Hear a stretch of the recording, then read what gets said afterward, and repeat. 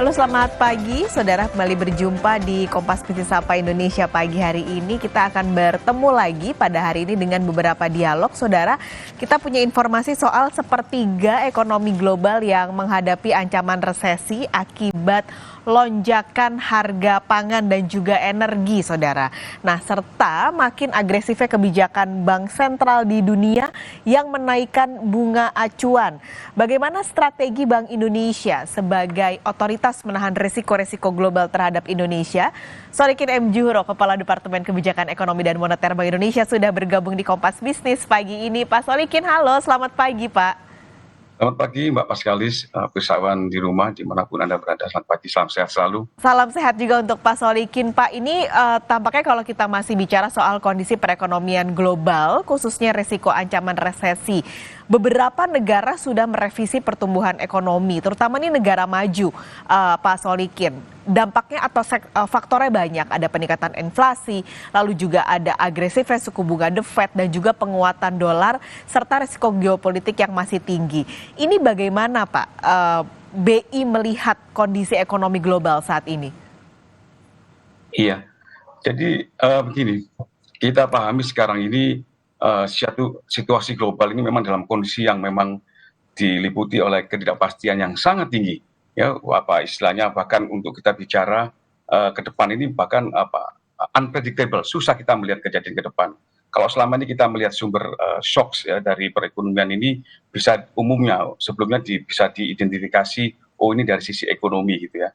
Namun saat ini dan juga ke depan bahkan ini ada faktor-faktor yang sifatnya itu non ekonomi gitu. Ya, bahkan kita bicara sebelumnya kita bicara ada wabah, pandemi, kemudian perang, dan tentunya kami Bank Indonesia melihat ada paling tidak itu ada tiga aspek atau kejadian atau fenomena yang saling terkait yang perlu kita cermati bersama untuk melihat ke depan.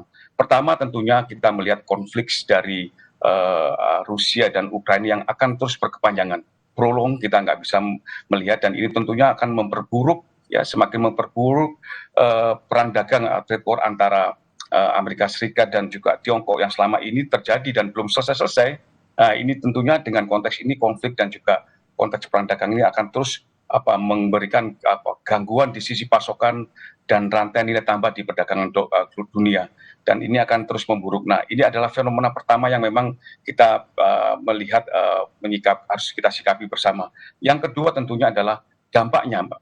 Dampaknya tentunya kita melihat tadi sebagaimana disinggung Mbak Paskalis, ini perlambatan ekonomi global untuk tahun depan ini sudah niscaya ya. Revisi kalau kita lihat untuk global ini selama ini diprediksikan 3%, tapi untuk di tahun depan ini udah turun sekitar 2,6% ya. Jadi ini menjadi risiko yang kita lihat untuk ke bawah gitu, risikonya turun lebih rendah lagi. Amerika Serikat juga tumbuh dari 1,7 ya, nanti direvisi menjadi sampai 1%. Eropa juga akan melambat di bawah 1%. Ini tentunya juga belum lagi Tiongkok dan negara-negara lain. Nah, perlambatan ekonomi global ini juga akan terus tidak langsung atau mau langsung akan memberikan dampak pada perlambatan pertumbuhan ekonomi negara-negara emerging markets. Ini nggak bisa dipungkiri karena tadi ada rantai keterkaitan perdagangan global.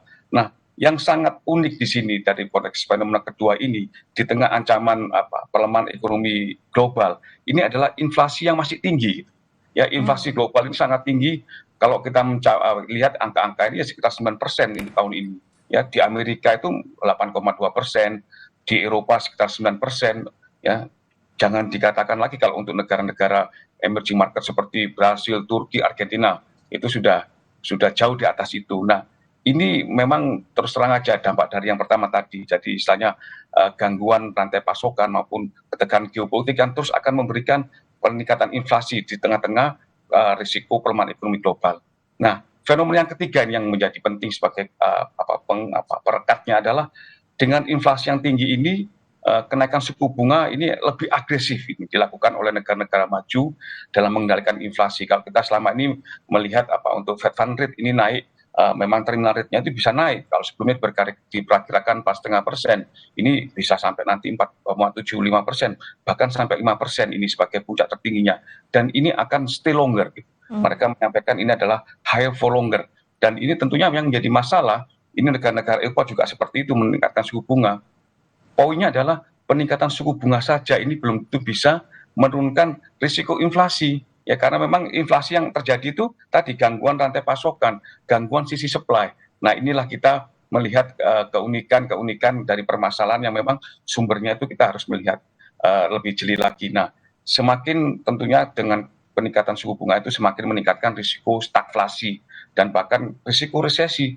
Kalau kita lihat probabilitas perkiraan resesi di tahun depan ini lebih besar dari 50%. Jadi ini sudah niscaya karena memang kondisinya seperti itu. Nah, respon yang agresif tadi tentunya di sisi yang lain ini menjadi penting yang kita cermati adalah menjadikan indeks dolar atau nilai mata uang dolar itu semakin kuat ya super istilahnya stronger dari mata uang globe USD ya dolar atau kalau kita lihat DXY ya DXY ini indeks mata uang dolar terhadap mata uang dunia ini mencapai cukup tinggi Mbak. Jadi sekarang ini kalau di September itu sempat mencapai 15 dan ini tentunya menyebabkan pelemahan mata uang dunia lainnya khususnya di emerging market juga termasuk Indonesia. Jadi pelemahan-pelemahan yang terjadi di mata uang dunia sekarang ini memang akibat dari super strongnya dari mata uang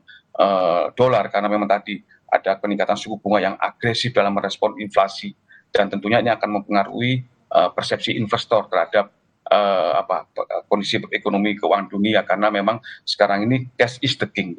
Oke. Pak Solikin, saya harus potong karena tadi kan sudah banyak sekali sebenarnya faktor yang Pak Solikin cerita. Pertanyaannya tentunya yang masyarakat juga mau tahu. Kalau begitu Indonesia kuat nggak sih? Apakah BI sudah melakukan assessment dan melihat Indonesia apakah kuat gitu dengan gempuran-gempuran kondisi yang terjadi secara global ini? Iya. Nah inilah kita syukuri ya pertama. Saat ini semua negara dalam survival mode. Ya. Semua tuh istilahnya ketar-ketir kalau katanya Pak Gubernur ya. Dalam survival mode dan kita melihat prestasi yang dicapai Indonesia paling tidak kita melihat dengan risiko yang mengemuka tadi. Ini tentunya kita syukuri bahwasanya berkat sinergi kebijakan antara pemerintah, Bank Indonesia dan juga otoritas terkait ini telah memberikan dampak positif pada terjaganya stabilitas makroekonomi dan sistem keuangan dan juga ini terus mendukung pemulihan ekonomi nasional yang lebih ajak gitu ya. Ini kita lihat statement bahkan managing director dari IMF ya Kristalina menyampaikan prestasi Indonesia ini sebagai titik terang di tengah kesuraman ekonomi dunia. Jadi kita bersyukur Mbak Paskalis ya kita memiliki konteks koordinasi yang kuat ya kita memiliki policy space ya kita tidak hanya menggunakan suku bunga kita dengan pemerintah menggunakan sisi fiskal juga dengan dalam konteks KSSK ya kita punya regulasi-regulasi untuk mengawal bersama bagaimana ekonomi ini tetap berdaya tahan dan juga bisa terus melanjutkan pemulihan ekonomi. Kita lihat pertumbuhan ekonomi aja sekarang itu. Ya, ekonomi kita di triwulan 2 itu impresif, Pak, 5,4%. Ini prestasi yang luar biasa. Nanti di dalam konteks triwulan ketiga ini kita masih meyakini bahwasanya ekonomi kita masih akan tetap kuat dan dengan dukungan permintaan domestik dan juga ekspor yang masih terjaga kuat ini. Ini yang menjadi hal dan juga investasi juga mungkin nanti akan terus berlanjut khususnya untuk infrastruktur non bangunan. Ini banyak indikator yang membuktikan ini. Kita lihat dari keyakinan konsumen ya, penjualan eceran, kemudian dari kinerja ekspor, semua indikator-indikator yang ada di lapangan itu menunjukkan bahwasanya ekonomi kita itu cukup kuat ya di tengah kondisi yang tadi saya katakan tumbuh 5% di dalam situasi sulit ini nggak gampang. Ini prestasi yang luar biasa. Dan kita memperkirakan nanti tahun ini kita akan tumbuh sekitar 45 sampai 53 di bias ke atas dalam kisaran itu. Jadi kalau antara 5,2% ya, ini adalah angka-angka yang selama ini kita disampaikan oleh Pak Gubernur, bias ke atas dari kisaran proyeksi 4,5 sampai 5,3% dan ini tentunya berkat dari kuatnya sinergi kebijakan antara bangsa bersama pemerintah dan otoritas terkait. Kondisi yang cukup memberi sedikit kelegaan sebenarnya Pak Solikin melihat Indonesia ternyata masih cukup kuat. Tapi kita harus tetap waspada, terutama ada satu faktor inflasi, tadi Pak Solikin juga cerita. Nah, nanti usai jeda Pak Solikin kita ngobrol banyak soal inflasi ini. Bagaimana dengan kebijakan yang dilakukan BI terutama untuk menurunkan ekspektasi inflasi ini. Saudara jangan kemana-mana, Kompas PT segera kembali.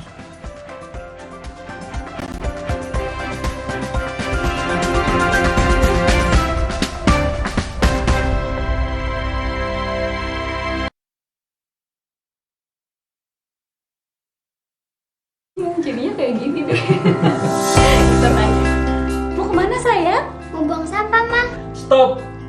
Sekarang, budaya membuang sampah pada tempatnya enggak cukup.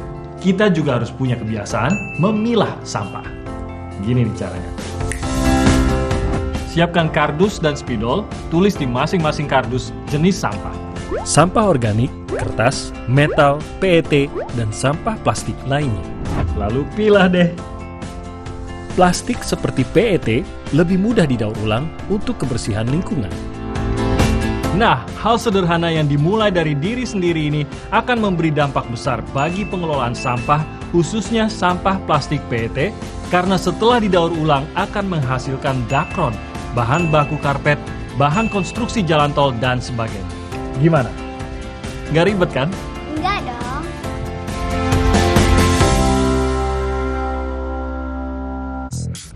Moyang baru dan tetap 1 meter. All new Limo Pizza.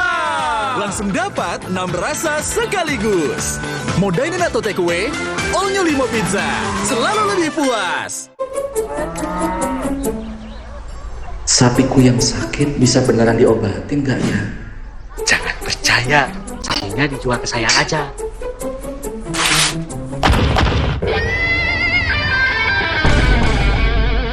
Jangan mau diprovokasi, Pak. Mending diobatin dulu sapinya. Nah, ternak yang masih sehat, segera divaksin. Jangan mau diprovokasi. Mari kita sama-sama basmi PMK dari bumi Indonesia. Mata sehat itu penting, biar aktivitas lancar. Agar mata sehat, bantu jaga dengan minum iFit. I need you, iFit, iFit.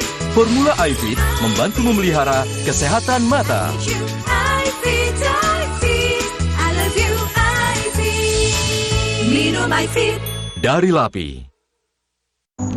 PT Hyundai Motor Indonesia serahkan Genesis Electric 5 GXT dan Hyundai Ioniq 5 kepada Kementerian Sekretariat Negara Republik Indonesia sebagai kendaraan resmi G20. Bagi kami, bagi Indonesia, ini adalah kesempatan untuk menunjukkan bahwa kita memang sedang memperkuat industri otomotif. Sebagai bentuk dukungan presidensi G20 Indonesia, Hyundai serahkan 393 unit mobil listrik untuk kendaraan para delegasi G20 Summit. Jadi makanya kenapa hari diserah terimakan kepada pemerintah Indonesia, sehingga untuk selanjutnya langsung sudah dipersiapkan dibawa ke Bali. Harapkan semua dukungan ini bisa membentuk ekosistem elektrifikasi di Indonesia dan membuat Indonesia menjadi pemimpin elektrifikasi. Kerjasama ini sejalan dengan komitmen pemerintah Indonesia berdasarkan Net Zero Emission Roadmap 2021 hingga 2060. Walau pengap dan sesak, jangan buka masker. Inovasi baru, Fresh Care Patch. Tinggal tempel, bikin fresh seketika. Maskeran nyaman, cool kan? Fresh Care Patch. Saatnya rilekskan kulitmu. Fresh Living minyak zaitun. Kelembutan alami dari wajah hingga ke ujung kaki. Dengan aroma mewah yilang-yilang, Fresh Living minyak zaitun, cantik terlindungi. Meningkatnya kebutuhan akan perawatan kulit wajah di klinik kecantikan membuat banyak jenis treatment kecantikan baru bermunculan. Namun, kita harus lebih selektif dalam memilih treatment kecantikan agar mendapatkan hasil sesuai yang kita inginkan. Dapatkan kiatnya dalam Bincang Kita, Treatment Level Up by Derma Pro. Jumat 28 Oktober pukul 2:30 siang di Kompas TV. Dipersembahkan oleh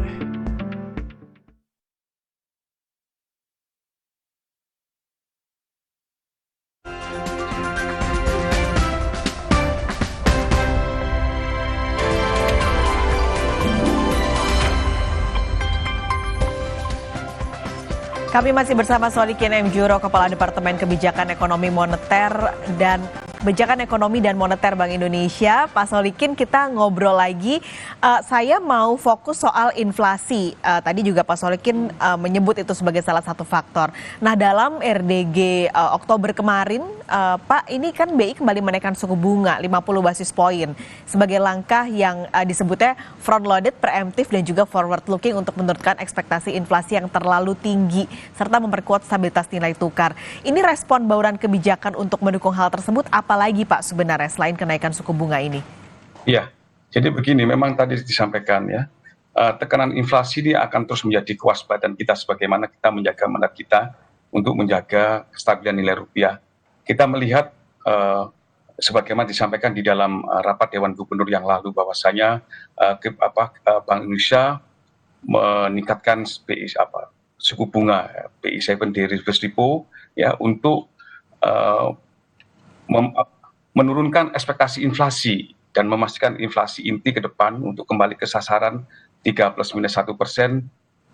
lebih awal. Begini Mbak, kita melihat ekspektasi inflasi yang saat ini terjadi ini masih terlalu tinggi ya, kita overshooting karena di pasar itu kan kemarin itu kalau kita melihat masih sekitar 0,5, 0,7 ya, sementara prediksi kita tuh significantly below that level itu. Jadi kita harus menurunkan ekspektasi inflasi itu dan juga konteks untuk memastikan inflasi inti ya, inflasi fundamental ini kembali lagi ke dalam sasaran kita lebih awal gitu, karena lebih awal lebih bagus untuk meyakinkan kondisi yang lebih stabil lebih awal di tengah ketidakpastian. Nah, kenapa kita menyampaikan istilahnya front loaded gitu, front loaded preemptive dan juga forward looking. Front loaded artinya bahwasanya dengan takaran yang lebih besar itu ditaruh di depan supaya kita bisa memastikan ekspektasi inflasi itu terkendali lebih baik dan juga memastikan inflasi inti masuk ke sasaran lebih awal. Nah, tentunya di dalam konteks untuk pengendalian inflasi kita tidak hanya menggunakan instrumen suku bunga saja, kita juga melakukan instrumen lain di sisi moneter, misalkan melalui intervensi di pasar valuta asing, baik di pasar spot maupun juga pasar derivatif dan juga di pasar sekunder untuk pembelian dan juga penjualan SPN ya. Ini tentunya untuk memastikan imported inflation itu terkendali. Jadi kalau karena tadi sebagaimana kami sampaikan di global itu inflasi globalnya sangat tinggi ya, ini kita melihat potensi imported inflation baik dari harga komoditas yang tinggi yang nanti akan menjadi yang kita impor dan juga untuk karena terjadinya depresiasi nilai tukar. Ya, jadi yang namanya ada istilahnya exchange rate pass through. Nah, imported inflation ini yang harus kita kendalikan dengan respon kenaikan suku bunga tadi lebih dini dengan front loaded, preemptive dan forward looking. Tentunya konteks ini juga harus didukung dengan strategi yang lain ya, dalam konteks memperkuat koordinasi kebijakan. Kita melakukan koordinasi pengendalian inflasi dari sisi supply karena tekanan inflasi ini kita saat ini didominasi oleh sisi pasokan. Ya, kita melihat kenaikan harga komoditas hortikultura ya, harga BBM dan sebagainya. Ini adalah harus kita lakukan pengendaliannya dengan cara berkoordinasi. Kita memiliki tim pengendalian inflasi baik di tingkat pusat maupun daerah. Kita juga menggerakkan istilahnya gerakan nasional pengendalian inflasi pangan untuk memastikan inflasi ini terkendali secara terencana dengan baik ya. Dan kita saat ini inflasi September itu memang mencapai 5,95%. Dan ini tentunya kita melihat mudah-mudahan ke depan ini tekanan inflasi bisa melandai berkat respon kebijakan kita, dan kita juga melihat dari pantauan awal kita di dalam survei Bank Indonesia untuk inflasi Oktober juga insya Allah ini juga akan terkendali.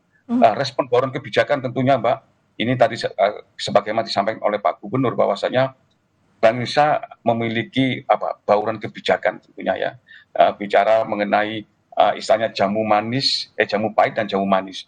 Respon kebijakan moneter tadi tentunya adalah untuk mengendalikan stabilitas makroekonomi dan juga tentunya kita untuk mendorong pemulihan kita memiliki jamu manis gitu ya, kebijakan makroprudensial ya yang lebih akomodatif, juga kita bicara kebijakan sistem pembayaran, pendalaman keuangan maupun juga kebijakan untuk mendorong inklusivitas. Demikian ini yang dilakukan oleh Bank Indonesia. Dengan harapannya suku bunga ini tidak terlalu mengganggu proses pemulihan ekonomi yang baru berjalan. Tapi Pak Solikin, biasanya juga soal suku bunga ini akan berhubungan dengan pergerakan nilai tukar rupiah. Terakhir kemarin ada di sekitar 15.500-an. Nah ini bagaimana Pak? Apakah untuk nilai tukar ini fundamentalnya memang masih tepat begitu Pak di 15.500-an? Adakah kebijakan-kebijakan yang juga ditempuh oleh Bank Indonesia untuk menahan gerak dolar yang begitu kuat sekarang? Ya, tadi kami sampaikan di depan bahwasanya fenomena saat ini yang terjadi adalah super strong dari mata uang dolar gitu ya. Ya di XY yang begitu menguat dan ini menjadikan mata uang dunia ini mengalami pelemahan. Nah, sehingga tekanan yang dialami oleh rupiah ya ini tentunya tidak unik karena semua negara mengalami. Bahkan kalau kita melihat Pak dengan kondisi kinerja sistem neraca pembayaran kita, sektor eksternal kita tuh masih bagus, masih sehat gitu ya. Kita melihat surplus perdagangan kita masih terjadi ya. Bahkan nanti itu untuk tahun ini kita perakirakan current account defisitnya akan positif ya. Ini memberikan topangan kepada nilai tukar untuk tidak tertekan lebih dalam. Kita melihat kalau dibandingkan dengan negara-negara mata uang negara berkembang lainnya, ini rupiah ini ya mungkin tergolong sebagai best performance gitu ya dibandingkan negara lainnya. Kalau kita melihat dengan tekanan penguatan di XY yang sampai 115 itu, rupiah ini sampai Oktober ya, di akhir Oktober tepatnya tanggal minggu ini itu sekitar 8,7%. Lah ini masih kompetitif dibandingkan dengan tekanan yang dialami oleh mata uang negara lain seperti India itu di atas 10%, Malaysia itu di atas dia sekitar 12%, Thailand ya hampir 13%. Jangan ditanya kalau untuk negara-negara di Amerika Latin, Brasil, Turki itu malah jauh lebih tertekan daripada rupiah. Jadi ini tentunya menjadi perhatian kita. Tetap kita akan mengupayakan menjaga nilai tukar ini terus berada di sekitar nilai fundamentalnya dan juga sesuai dengan kita mendukung mekanisme pasar yang terus berjalan. Bank Indonesia akan mengupayakan pengendalian ini dengan seksama untuk memastikan ekonomi itu terjaga, berdaya tahan, tapi juga pertumbuhan ekonomi, pemulihan ekonomi juga terus berlangsung. Oke, boleh sebutkan juga Pak Solikin, ini ke depannya bagaimana menurut Pak Solikin prospek ekonomi terutama dalam negeri untuk ke depannya?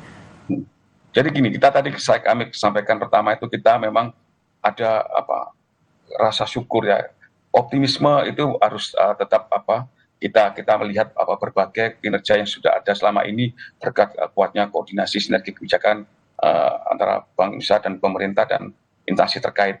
Tetapi kita memang harus terus mewaspadai tekanan tadi yang jika kompleksitas permasalahan yang kami sebutkan di awal tadi itu harus menjadi kewaspadaan. Nah, memang di dalam konteks menghadapi situasi yang begitu sangat menantang, ketidakpastian yang sangat tinggi, kuncinya satu Mbak Paskalis adalah memperkuat sinergi. Ya, kita nggak bisa bekerja sendiri-sendiri untuk mengendalikan inflasi, menjaga ketahanan sektor keuangan.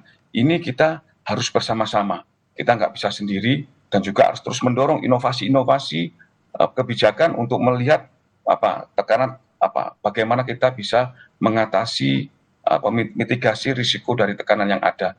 Karena ke depan kita nggak tahu sampai sejauh mana konflik itu akan terus terjadi, konflik geopolitik. Kita juga belum tahu harga minyak itu sampai seberapa tinggi. Ya, dan ini menjadi perhatian kita harus memperkuat sinergi dan terus mendorong inovasi-inovasi untuk bisa menopang perekonomian kita bertahan dan tumbuh lebih sehat ke depan. Oke, sinergi karena tentunya tanggung jawab tidak hanya ada di pundak Bank Indonesia untuk membuat ekonomi terus berputar Pak di tengah banyak sekali gempuran yang terjadi di global. Pak Solikin, terima kasih banyak sudah berbagi pagi ini di Kompas Bisnis. Sehat selalu Pak. Sama, terima kasih. Dan Saudara, Sapa Indonesia Pagi masih akan kembali usai jeda. Kita punya informasi soal satu persatu saksi dan terdakwa yang dihadirkan di persidangan mulai menguak skenario yang dilakukan Verdi Sambo untuk menutupi pembunuhan Brigadir Yosua. Nah, bagaimana menguak peran anak buah Sambo dalam kasus ini? Sapa Indonesia akan membahasnya dalam dialog usai jeda.